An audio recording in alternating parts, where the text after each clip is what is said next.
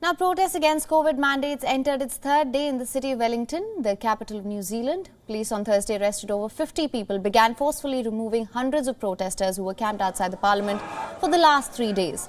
The protests had been inspired by truckers' demonstrations in Canada, and as a consequence, several thousand protesters this week blocked streets near the parliament with trucks, cars, motorcycles.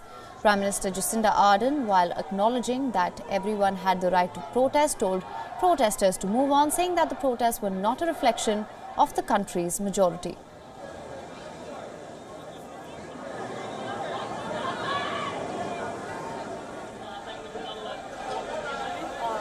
Obviously, every New Zealander has a right to protest, but there are also rules around what is able to happen on Parliament's forecourt. And of course, we would expect that people have behaviours that don't disrupt the ability of others to go on with their lives as well.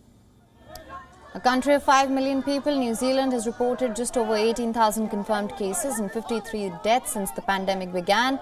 About 94% of the eligible population are vaccinated, with vaccines mandatory for some staff and frontline jobs as well. New Zealand has garnered praise for managing to keep the country virtually virus-free in the last 2 years, but the strict restrictions have become unpopular. This was reflected in the Prime Minister's approval ratings that have taken a hit in recent polls. With the borders still closed, tens of thousands of expatriate New Zealanders are being cut off from their families, and tourism industry has taken a hit as well.